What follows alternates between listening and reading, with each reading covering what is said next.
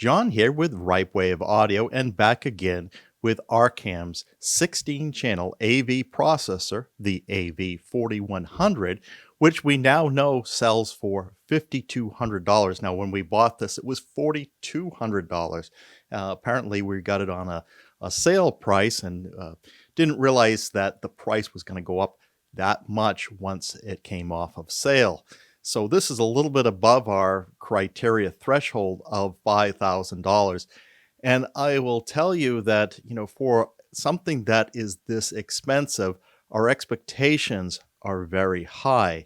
Not only does this have to sound well, but the user experience has to be very good.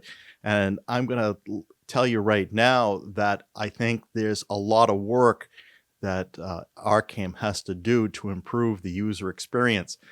The on-screen menus, the documentation, the navigation in general around this unit really do not scream something that is this expensive and coming from what should be a first-class company, Harman, which is actually owned by Samsung.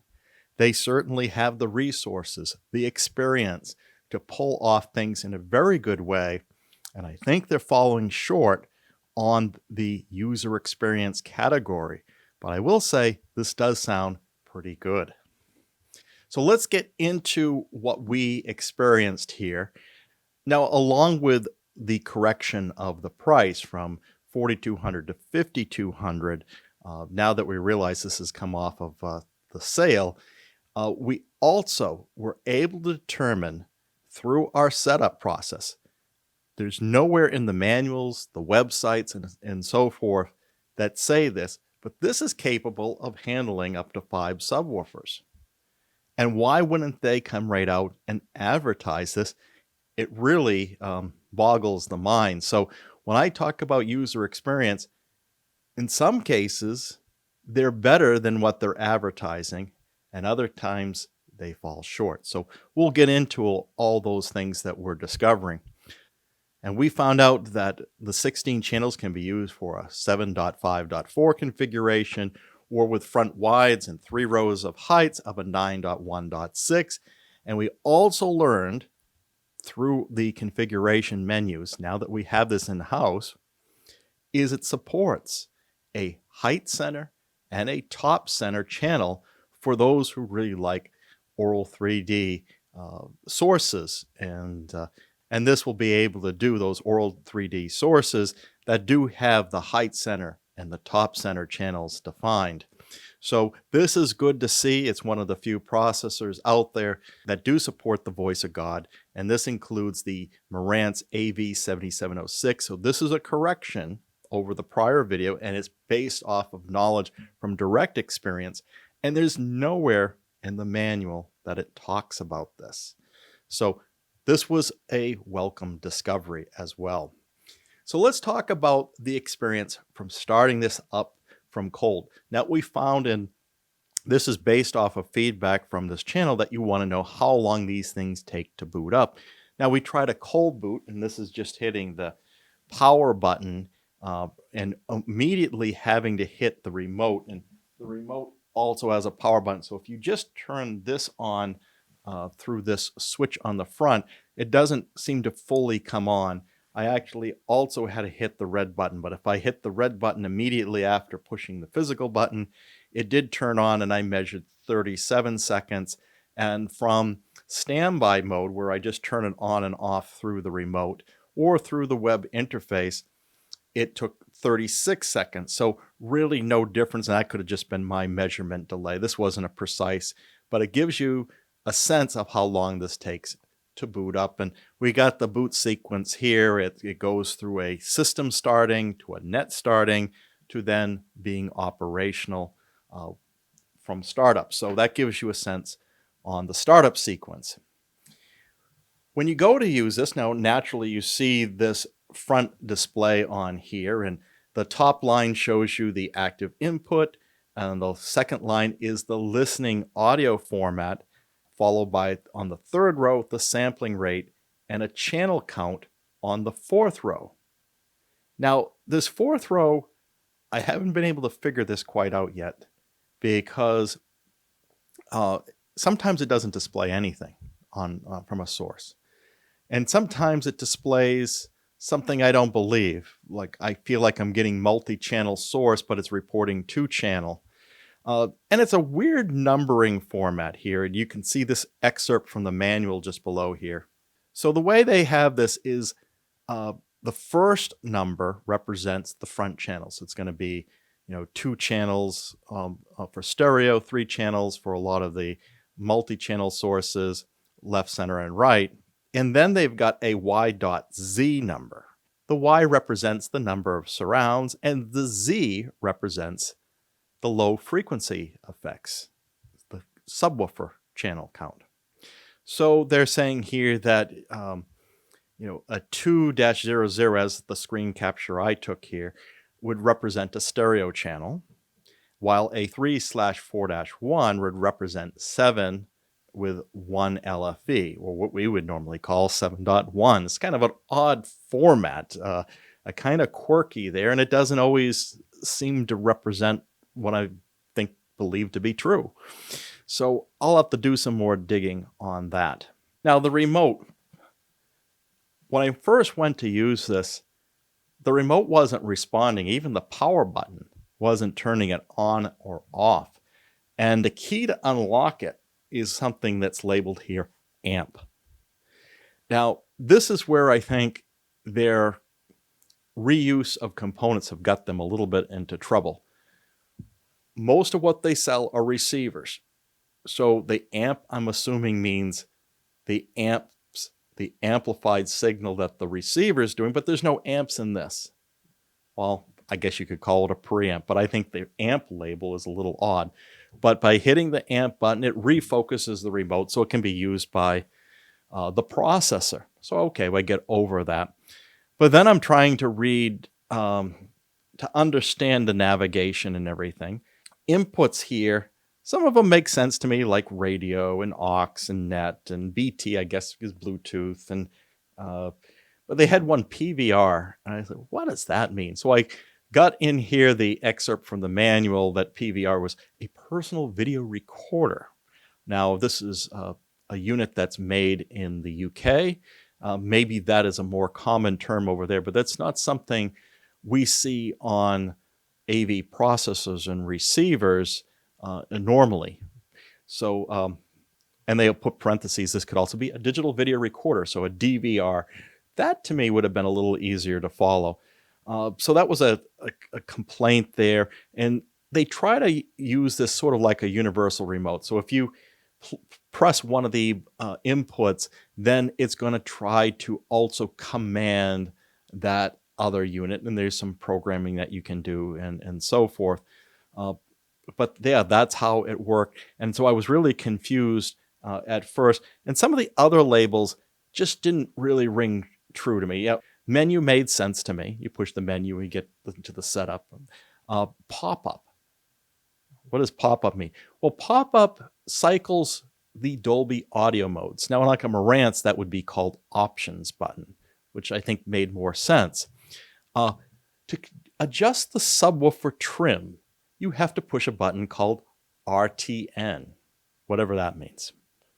But you push the button and it will cycle through the subwoofer trims. Great. And to change the Dirac filters from being off to which one of the 3 Dirac filters you want to use, you hit the audio button. Not intuitive in my mind what these buttons do. They went to an icon for the mute button. That made sense. Display, that's to dim the display. And volume, of course, is volume. And sound mode is mode. Now that one I could understand. I hit the sound mode and I cycle between using a Dolby surround decoder and a DTS and an Aural 3D. Great. And then the Dirac is the direct stereo mode. So the rest of it seemed to make sense. They have a sync button for lip sync. And some of the buttons only work if you're using certain types of inputs, like the info button only works for the tuner, the net, and the USB inputs only. So little quirks on this. I also found, this does have backlight control on it. I timed this. This stays on for 5 seconds. And of course, because it's not so intuitive, I need more than 5 seconds to find the button I'm looking for. So either change your labels to be more intuitive or give me 10, 20 seconds worth of backlight when I push a button. Let's move forward. So you hit the menu button, and normally you would see something big populate your television screen. Now you do see something populate the television screen, but it's just a 2-line bar, and it's a little tricky to navigate it. The bigger display is actually the one on the front of the AV processor here. So this is your setup menu. And of course, if I superimpose the image from the manual, it's a little more clear to see than my photo image here. But you can go and change the input and the general and the speaker settings and distances and levels and all that as you'd normally do. But you'd normally see this superimposed on the screen.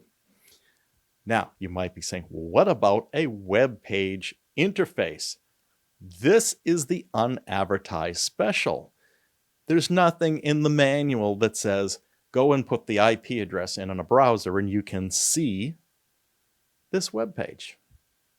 But with our experience, we always give this a try to see what happens when you put the IP address on a web page. Some products do something and some don't. This one does. But you end up with this pretty low-level looking page when you first get into the web settings. Now, mind you, there's nothing in the manual that talks about this that I could find.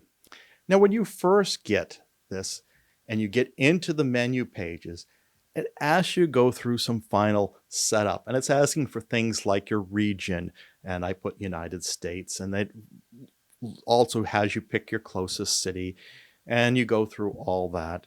And once that's all approved, then you're all good. But it does tell you the version, and when we first got this from the factory, we got this September of 2023. This is when this video is being put out. It had a version that is 1586 on this firmware. If you hit the setup button here, you get to a more elegant set of menus. And one of these is the engineering page. In fact, it's the last one tab that's there. And this will show you things a lot easier to read. It shows you the host and IEP version. Now, when I first took the screen capture, it had the version of 1.58 on here for the host. And that's what it came with. My PowerPoint files got corrupted and I lost that screen capture. And I can't go back to the prior version of firmware. So what we have here is after I've done an upgrade.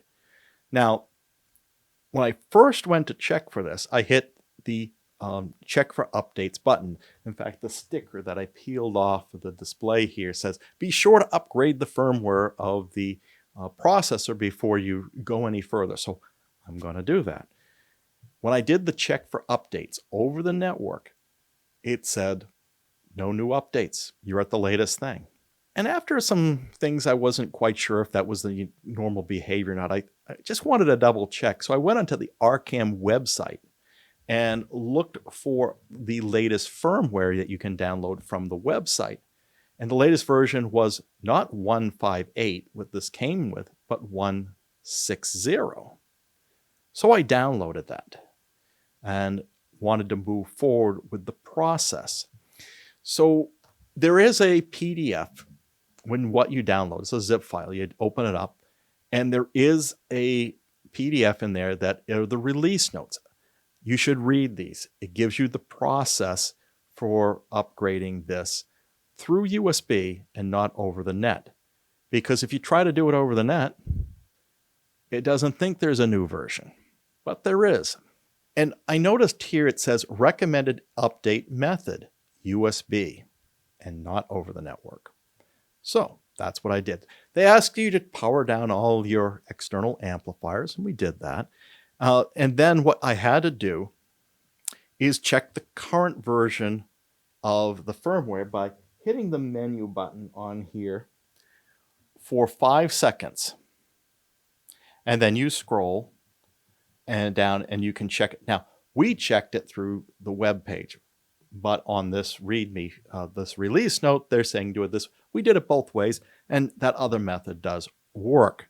So then we took the 2 files that they wanted, the .swu and .fw files from the zip files, and those files only, and put them on the root of a USB stick. They ask you first to make sure that the unit is fully booted. They said it will take a little more than 40 seconds, which agrees with the 37 seconds that I came up with. So we insert the USB stick, and then I press the info and the display buttons simultaneously until the update process started. And they say this will take about 25 minutes. I think it took about 17 minutes when I did it. And this item 6 is an important step because at the end, it says if you hit the OK button, it will reset all settings. I hit the OK button. I didn't read this. It reset all my Dirac calibrations, all my speaker distances, all my speaker configurations. It's not a big problem. I just did it again. But I didn't think that was good programming. There was no confirmation. I just hit this OK button. I thought I was just going to boot up and run. No, if you want to preserve your settings, you hit the direct button. And the direct button will skip the reset and just proceed with the firmware update. So that's a lesson learned. Don't hit OK if you want to preserve your settings. Now, I looked at the release notes, and it mostly looks like bug fixes. It doesn't look like since they've come out with the AV41. This was the upgrade from the 40 that brought in the HDMI 2.1 support as the main big feature. But since that's been out, it doesn't seem like they've really done anything but bug fixes in here. They haven't done any feature enhancements. So I'm not going to read through these. You can go on to their website and get that. So when you go back after doing the firmware update, you can get into the menu pages and go to the engineering page, and you can check to see if you've indeed gone to the latest version. And it did. It went to 1.6 as expected. And I could see that my region was set to US as I had defined. And all this is in here on the engineering page. And I says, okay, now I am ready to configure my system. So I go over to the speaker types. There's really not a wizard that takes you through this, and these are not laid out into a 1, 2, 3 order on the menu pages. No, I go back to some menu page, kind of in the middle here, for speaker types.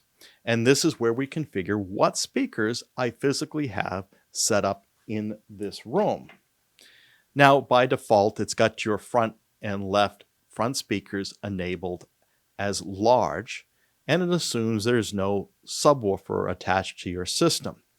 Now, a few of these, there are options for more than one type of speaker for that channel.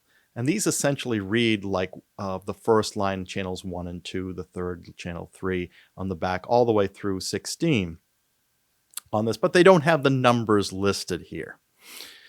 But when you get to surround back left and right, and that's what it's labeled on the page, you can actually configure this for 3 other types of speakers. And that is defined later on down this page where it says how to use channels 6 and 7. And there's a pull down menu of whether this is going to be used for surround back. And so it's a little odd because they had a different approach for the other channels, 13, 14, 15, and 16. But okay, right? So you can set this, leave it at the default of surround back, or set it for bi-amping for your front speakers, or use it for a second zone, or for front height speakers. Now, I couldn't figure out why I would use it for front heights because there's a dedicated front height channel, which is the one that comes after this. So That's channels 8 and 9. So, okay. Then you've got subwoofer. But what I've learned is this is really for odd count subwoofers. So if you have 1 subwoofer, 3 subwoofers, or 5 subwoofers, you'll want to enable this one. But you want to set it to none if you either have 2 or 4 subwoofers, or 0, which you could be the case. And then you get to channels 13 and 14. Now, channels 13 and 14 can be either set up for front wide or for subwoofers. Now, front wides make sense because there's always a pair, left and right. When you set it to front subwoofers, it's assuming 2. And this gets very important when you get into the Dirac configuration, because if it's configured for 2 and Dirac doesn't see 2, it's going to stop because it's going to say, I don't have any input signal. And this is why when you have an odd count, you want to set the one labeled subwoofer to yes. Then you've got channels 15 and 16. Again, it's in a pair. That can be set for middle heights, or it can be set to center height and center top. And this is for the Auro 3D fan base. If you have those physical speakers, you can configure a center height and a center top speaker. But again, you have to have both of them, because if only one is present, Dirac is going to have trouble with that. It's done in pairs. Or you can set it to subwoofers, and it's labeled rear subwoofers. And 1314's on the subwoofer choice there is labeled front subwoofer. But from the forums I read, just ignore the labels, because I don't think it's doing anything special whether it's labeled front or rear. It's just trying to give it a label. Well, so okay. Then you can choose your height type and all that. And they do have a filter slope that gets applied for your bass management, as well as a sub gain if you want to bump things up or take it down. Very important, channels 13 and 14 and channels 15 and 16 done in pairs. Always make sure you have 2 physicals when you enable those if you want to use Dirac. Let's run through some different configurations. So if you're going to be doing a 7.1.4 configuration, simply turn on the subwoofer to present. And 13 and 14 and 15 and 16 will be set to none.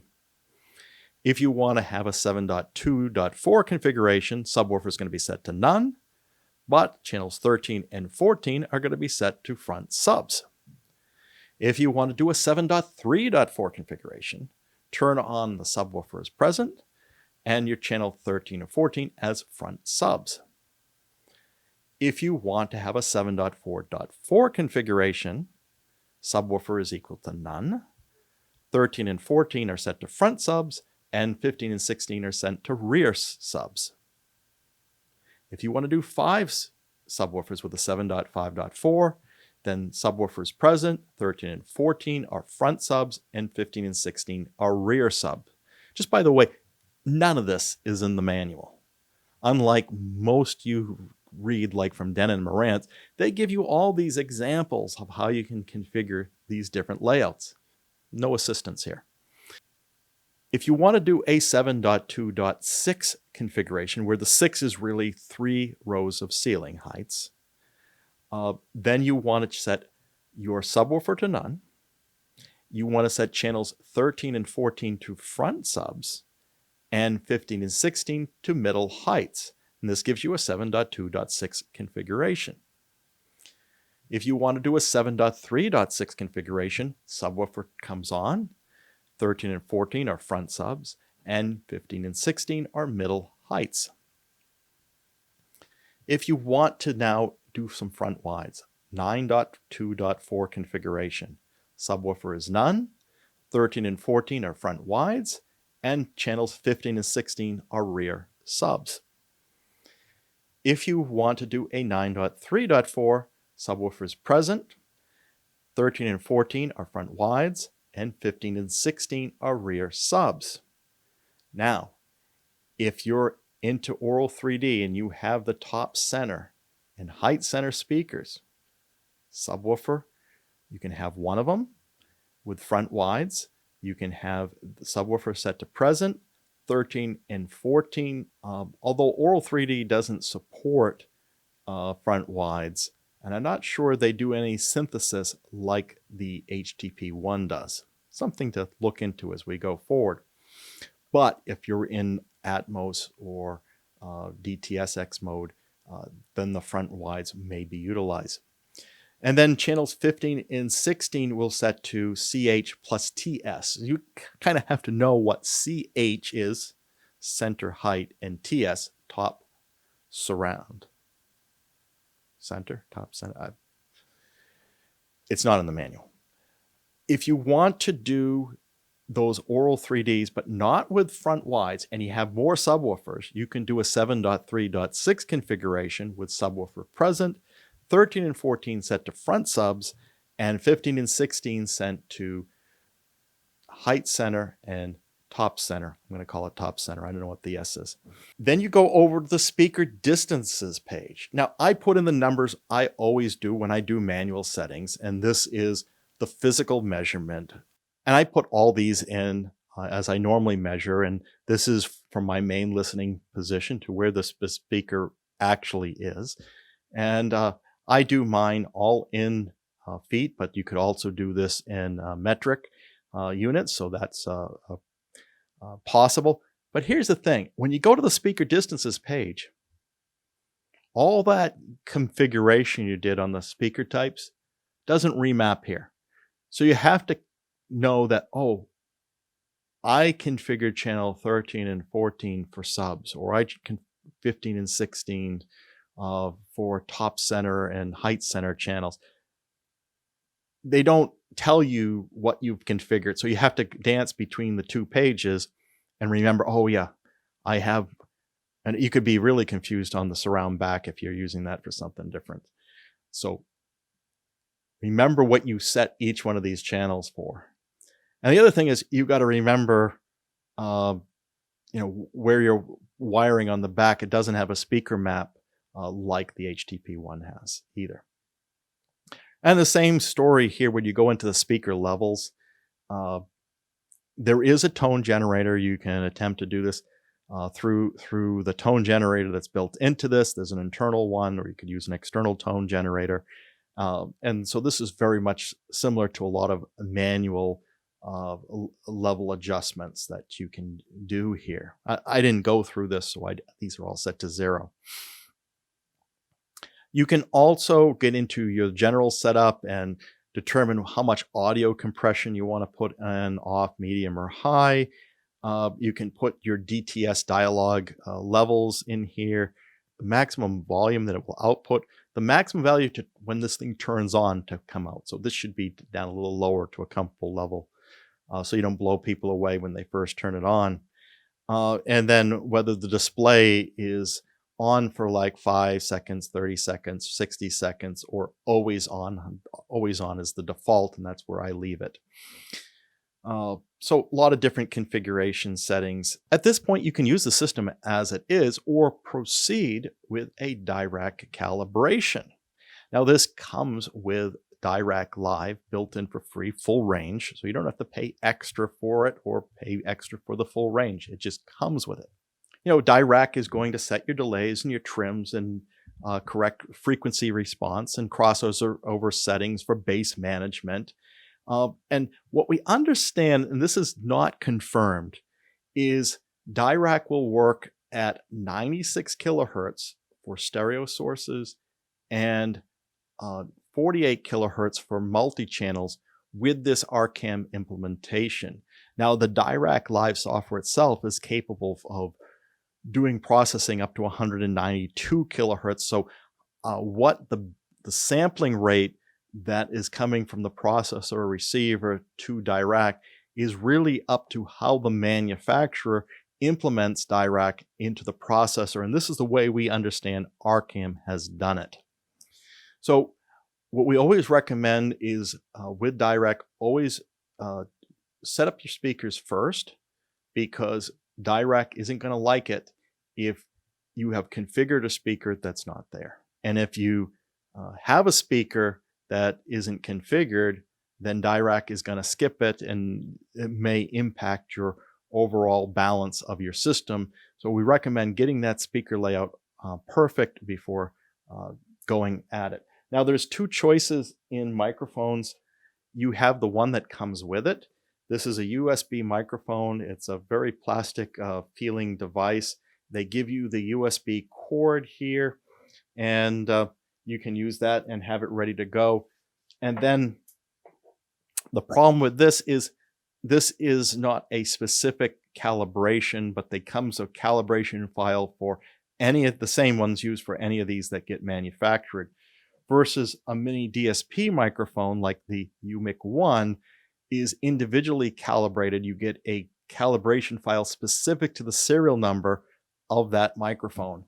And these are $79 from mini DSP, or which you'll have to pay shipping for, and then you can pay over $100 on Amazon or other retailers, but you might have free shipping with them. So you have to figure out what is the cheapest way to get the microphone you want. But you do have to run this from its own laptop or PC. You have to download the Dirac Live software and run it. You got to attach the USB microphone before you launch it. You launch Dirac, then you choose the microphone that you're going to use. That's if it's make sure it's recognized first, and then you go through and you calibrate volumes for each of the speakers. And what I always do is I note what the microphone is measuring, really the ground floor level. So if we're reading -40, just in all the things going on in your house, normally the air conditioner or whatever, a refrigerator running in the next room, that noise floor, that's your base. And then figure 20 dBs higher than that. So if you're getting -40 in your room, try to calibrate everything to -20 dBs or a little higher than that. So that's what we do when we're setting our levels. One thing we noticed is occasionally when we hit the play button to run the test tone through a particular speaker, we heard nothing. And then we have to choose a different speaker and then go back to it. And then we did hear the test tone. Sometimes we had to do it 2 or 3 times before it worked. So there's some weird glitch there we're not hearing from any other implementation of Dirac. And once that's all done, you go in through and you measure. You can either measure it as a 9-point measurement, a 13-point focus measurement, or a 17-point wide measurement. Now, different implementations like the Onkyo, I believe, had lower counts for the measurement positions. And then this seems to be the more normal configuration. This tightly focused with 9 positions, focused with 13, and wide with 17 is the more. We usually use the 9 tightly focused, and that gets us through the day. And then once that's all done, you do your filter design, and you can export to your AV41 and store in one of 3 slots. Now, the HTP-1 from Monoprice had 6 slots, and it's the most we've seen. This has 3, which is more common. And then once it's in the AV41, you can modify the distances and levels as you see fit. And then when you run it, as we said earlier, you can choose a filter, 1, 2, 3, or turn it off. And then the user-defined distances are leveled, are used when it's turned off. I thought I would share this one screenshot, and this is a very unique thing because we have all these processors and receivers in-house.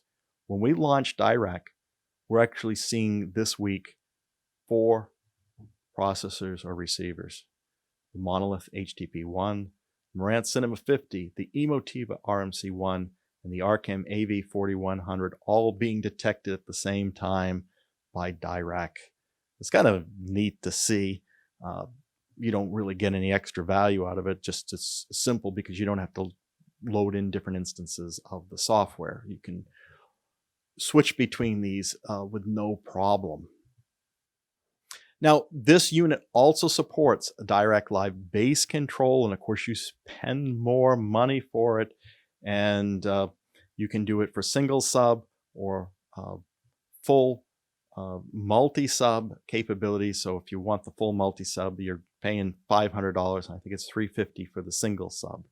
But you do get these extra options when you're designing your filters, and whether that's going to be off or up mixed, or you're doing the full base optimization, or weird spelling on that. I don't know if that's proper English. But anyhow, when you have one of your Dirac filters on, you'll notice if you try to access speaker types or speaker distances from the menu pages, it says you can't change these, and this is the screen that you get up. If you get that, you can always hit the audio button on your remote, and it will show you that you have a filter turned on, and you hit that audio button until the filter is turned off, and then you can go back to your menu pages and look at some of these things. But with one of the filters on, although you can't get to the speaker types, when you turn a filter on, you can see the distances and levels that Dirac set. And it's only when the filter is turned on. If I turn the filter off, I will see the distances I set. And those were set in feet. When you look at it with the filter turned on, they show it in milliseconds. And this is where Dirac usually reports it in a millisecond delay, which is really what these are doing. They don't really know what feet is. They know about time delay. And so this is what it set for speaker distances or time delay. And for speaker levels, these are all the speaker level balances that were put in to these units. Now, after you've got this configured the way you want, whether you're using Dirac or not, you can go in and edit the inputs and give it a new name, or adjust the lip syncs and how it's going to behave with different types of material, whether it's two source, a multi-channel. Is you going to boost or cut the bass or treble? Are you going to apply a Dirac filter by default? What is the Dolby audio format going to be? So all these can be preset in parameters to default. Now, of course, you can go and change these after you get into the input.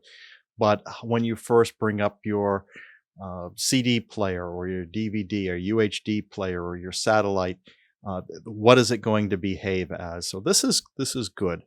Now you have different decoding modes. The stereo can be 16 channel stereo. It could be, which goes stereo for all your channels, or stereo direct.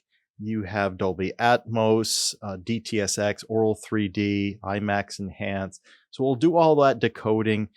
You can do the up mixing, whether it's Dolby, or you can do the virtual heights, whether it's Dolby or DTS, and the up mixing with, of course, not just Dolby, with DTSX or Auro-matic 3D. So it has all those decoding modes.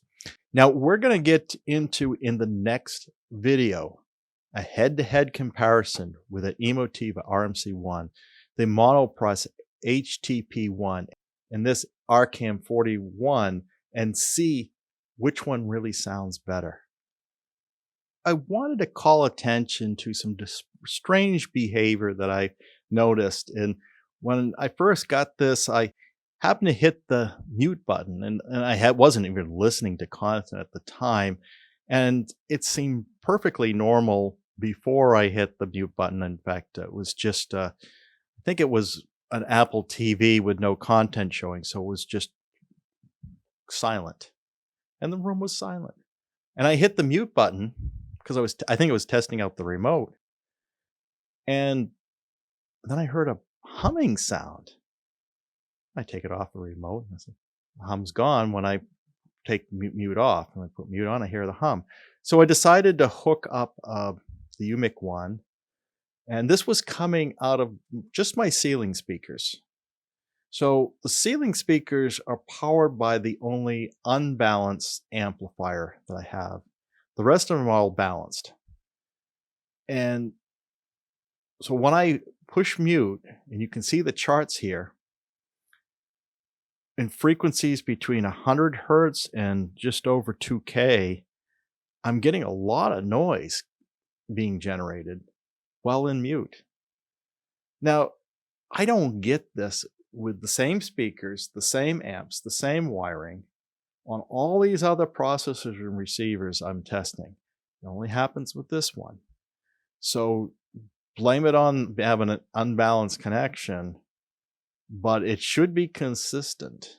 Why is this the only processor where I'm getting this noise? The noise doesn't end there though.